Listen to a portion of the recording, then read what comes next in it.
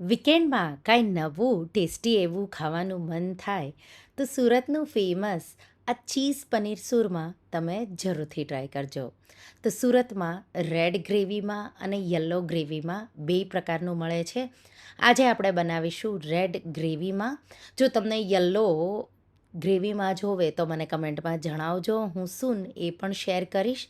બહુ ટેસ્ટી એવું પાવ સાથે ગરમા ગરમ આ ચીઝ પનીર સુરમાને સર્વ કરવામાં આવે છે. હેલો ફ્રેન્ડ્સ, તમારું સ્વાગત છે મારા કિચનમાં. આજે આપણે બનાવીશું ઝટપટ બની જાય એવું સુરતનું famous street food cheese paneer સુરમા.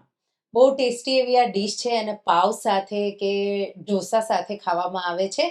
પણ જો તમે ઘરે બનાવતા હોય અને તમારે ઢોસા ન બનાવવા હોય કે પાવ ન ખાવા હોય તો તમે એને પરાઠા સાથે સર્વ કરી શકો. બહુ ટેસ્ટી એવું બને છે. તો ચાલો બનાવીએ. આ રેસિપીથી આપણે 4 લોકો માટે આ ચીઝ પનીર સુરમા બનાવીશું. જો તમને મારી રેસિપીઓ ગમતી હોય અને હજુ સુધી ચેનલને સબસ્ક્રાઈબ ન કર્યું હોય તો સબસ્ક્રાઈબ કરજો અને બાજુમાં આપેલી ઘંટી દબાવજો, એટલે નવી નવી રેસિપીના નોટિફિકેશન આવે. તો જો થોડું તમે અગાઉથી પ્લાન કરીને રાખશો તો 10-15 મિનિટમાં શાક બની જાય છે. તો સૌથી પહેલાં પનીરના પીસીસ. અહીંયા મેં 200 ગ્રામ જેટલું પનીર લીધું છે. આપણે 150 ગ્રામ જેટલું પનીર છે એના નાના નાના આ રીતે પીસીસ કરી લઈશું અને બચી જાય એ પનીરને તમારે ખમણી લેવાનું છે. તો આપણે ગ્રેવીમાં પનીર ખમણીને પણ ઉમેરીશું અને સાથે ચીઝ પણ ખમણીને ઉમેરીશું. તો આ રીતે નાના નાના પીસીસ મેં પનીરના કરી લીધા. હવે આ રીતે બચેલા પનીરને હું ખમણી લઈશ અને સાથે આપણે 2 ચીઝ ક્યુબને પણ ખમણી લઈશું. પ્રોસેસ ચીઝ ક્યુબ મેં લીધા છે, તમે અહીંયા ચીઝ સ્લાઈસ હોય તો એ પણ લઈ શકો. તો અત્યારે એક આ રીતે મેં ખમણીને રેડી કર્યું. બીજું જો તમને જરૂર લાગે તો જ તમારે ઉમેરવાનું છે. તો આ રીતે રેડી થઈ ગયા. હવે સાથે આદુ મરચાં લસણની પેસ્ટ. તો અહીંયા 2થી 3 લીલા મરચાં, 1 ઇંચ આદુના ટુકડા અને 3 લસણની કળીઓની મેં પેસ્ટ બનાવી લીધી. સાથે 2 મોટી ડુંગળીના આ રીતે ચોપરમાં ઝીણી ઝીણી આપણે ચોપ કરી લઈશું. સાથે મેં અહીંયા ટમેટાં લીધા છે 3 જેટલા મીડિયમ, એની પણ આપણે પ્યોરી કરી લઈશું. હવે કડાઈમાં 2 ટેબલસ્પૂન જેટલું તેલ ગરમ કરીશું. 1 ચપટી જેટલી હિંગ અને 1 ચપટી જેટલું જીરું ઉમેરી ગરમ થઈ જાય એટલે વાટેલી આદુ મરચાં લસણની પેસ્ટ. તો લસણની કળીઓ 10 જેટલી લેવાની, નાનો ટુકડો આદુનો અને 2 લીલા મરચાં આવી પેસ્ટ બનાવી મેં ઉમેરી અને આપણે એને 2 મિનિટ જેવું આ રીતે સાતળી લઈશું. એકદમ સારી રીતે સતળાઈ જાય એટલે ચોપ કરેલી ડુંગળી ઉમેરીશું અને ડુંગળીનો કલર બદલાય ત્યાં સુધી આપણે એને એકદમ સારી રીતે સાતળી લઈશું. તો આ રીતે લગભગ 5થી 6 મિનિટ જેવો ટાઈમ ડુંગળીને સતળાતા લાગશે. ત્યારે સાઈડમાં મેં ટમેટાં પણ ચોપ કરી લીધા અને એક કેપ્સિકમને પણ ચોપ કરી લીધું. તો એક નાનું કેપ્સિકમ ઝીણું ઝીણું ચોપ કરીને ડુંગળી સતળાઈ જાય એટલે તમારે ઉમેરી દેવાનું અને 2 મિનિટ જેવું કેપ્સિકમને થવા દઈશું. 2 મિનિટ પછી મેં ચોપરમાં 3 મીડિયમ ટમેટાને આ રીતે ચોપ કરી લીધા, ઉમેરી દઈશું.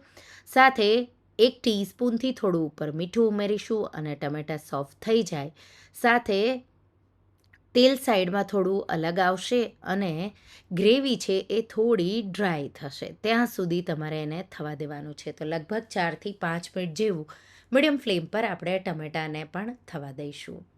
એકદમ સારી રીતે ટમેટાં હવે આ રીતે હલકું મિશ્રણ છે એ ડ્રાય થવા લાગ્યું ત્યાં સુધી મેં આ રીતે એને થવા દીધું. હવે આપણે એમાં મસાલા એડ કરી દઈશું. 1/4 ટીસ્પૂન જેટલી હળદર, સાથે 2 ટીસ્પૂન જેટલું લાલ મરચું કે કાશ્મીરી લાલ મરચું પાવડર ઉમેરીશું અને અડધો ટેબલસ્પૂન ધાણા જીરું પાવડર ઉમેરી મિક્સ કરી 2 મિનિટ જેવું થવા દઈશું. ગેસની ફ્લેમ મેં અહીંયા લો રાખેલી છે. હવે અડધો કપ જેટલા લીલી ડુંગળીના પાન, એ ન હોય તો તમે પાલક પણ ઉમેરી શકો ને એ પણ ન હોય તો લીલા ધાણા વધારે પ્રમાણમાં લાસ્ટમાં ઉમેરવાના. સાથે બટર ઉમેરીશું 1 ટેબલસ્પૂન જેટલું, એટલે એકદમ સારો એવો એનો ટેસ્ટ આવશે. અડધો ટેબલસ્પૂન પાવભાજી મસાલો, અડધો ટેબલસ્પૂન ચાટ મસાલો ઉમેરી મિક્સ કરી અને પાછું આપણે એને થોડીવાર માટે આ રીતે થવા દઈશું. 3 મિનિટ જેવું મેં થવા દીધું. હવે કટ કરેલા પનીરના પીસીસ ઉમેરીશું, મિક્સ કરીશું અને 2-3 મિનિટ જેવું ગ્રેવી સાથે જ થવા દઈશું. આ રીતે એકદમ સારી રીતે થઈ જાય એટલે અડધોથી પોણો કપ જેટલું પાણી ઉમેરવાનું છે. હવે તમને કેટલું થીક જોવે ચીઝ પનીર સૂરમાં એ તમારે અત્યારે જ પાણી ઉમેરી દેવાનું. અને હવે આપણે પનીર ખમણેલું સાથે ચીઝનો એક ચીઝ ક્યુબ ખમણ્યો હતું એ પણ મેં ઉમેરી દીધું. મિક્સ કરીશું અને જો ટેસ્ટ તમારે કરવાનો, તમને જો વધારે ચીઝનો ટેસ્ટ ભાવે તો હજુ એક ચીઝ ક્યુબ તમારે આ રીતે કે ચીઝ સ્લાઈસ ઉમેરી દેવાની. તો અહીંયા ચીઝનું પ્રમાણ, પનીર છે એ મેં ગાયનું પનીર લીધું છે અને તમારે અહીંયા ચીઝ તમારા ઘરમાં જે રીતે ખવાતું હોય એ રીતે વધુ ઓછું એડજસ્ટ કરી કે સ્કીપ કરીને પણ બનાવી શકો. આ રીતે તમે ચીઝ ઉમેરશો એટલે ગ્રેવીમાં ચીઝ મેલ્ટ થઈ અને એકદમ થીક એવી ગ્રેવી થઈ જશે. 3-1 મિનિટ જેવું મેં થવા દીધું. હવે આપણે આ રીતે કસૂરી મેથી ઉમેરી દઈશું અને મિક્સ કરી દઈશું. કસૂરી મેથી તમે વઘારમાં પણ ઉમેરી શકો, વધારે સારો એનો સ્વાદ એનાથી પણ આવે છે. લાસ્ટમાં થોડું મીઠું, અડધી ટીસ્પૂનથી પોણી ટીસ્પૂન જેટલું એડજસ્ટ કરી લઈશું અને 1/4 કપ જેટલા લીલા ધાણા ઉમેરી દઈશું. મિક્સ કરી અને તૈયાર છે. અહીંયા ગ્રેવી તમને જેટલી જોવે એ રીતે પાણી ઉમેરવાનું. હંમેશા આટલું થીક હોય છે, તો જો તમારે થોડું પાતળું કરવું હોય તો તમે પાણી ગરમ ઉમેરી શકો.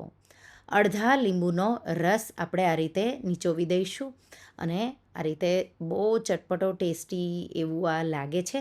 તમે સાઈડમાં પણ લીંબુ સર્વ કરી શકો, પણ આ રીતે જ્યારે થઈ જવા આવે ત્યારે જ આ રીતે લીંબુ નીચોવી ગેસની આંચ બંધ કરી દેવાની અને આપણું ચીઝ પનીર સૂરમાં તૈયાર છે. હું એને અત્યારે લાદી પાઉં સાથે સર્વ કરી રહી છું, પણ તમે એને પરાઠા સાથે કે પછી વ્હીટ પાઉં સાથે કે તમે બ્રેડ સાથે પણ સર્વ કરી શકો. જો ઢોસાનું બેટર પડ્યું હોય તો એના સાથે પણ તમે સર્વ કરી શકો. થોડું તેલ, થોડું બટર, એના પર થોડો પાઉંભાજી મસાલો, લાલ મરચું, થોડો ચાટ મસાલો અને આપણે ઉપર લીલા ધાણા આ રીતે ઉમેરી ગેસની ફ્લેમ એકદમ લો રાખવાની છે. તો જ્યારે તમે ઘી અને બટર ઉમેરો એટલે લો ફ્લેમ રાખવાની, એટલે બટર બળી ન જાય એ ખાસ ધ્યાન રાખવાનું. પછી પાઉંને વચ્ચેથી આ રીતે તો 2 પાઉં લીધા અને વચ્ચેથી કટ કરી અને એક સાઈડથી પહેલાં શેકી લીધા અને પછી બીજી સાઈડથી પણ મેં એને શેકી લીધા. જરૂર લાગે કે તીખા વધારે બનાવવા છે તો મસાલો તમે અંદર પણ એડ કરાવી શકો. અને તૈયાર છે ચટપટા ટેસ્ટી એવા મસાલા પાવ. તો સાદા પાવ પણ, બટર પાવ પણ તમે બનાવી શકો.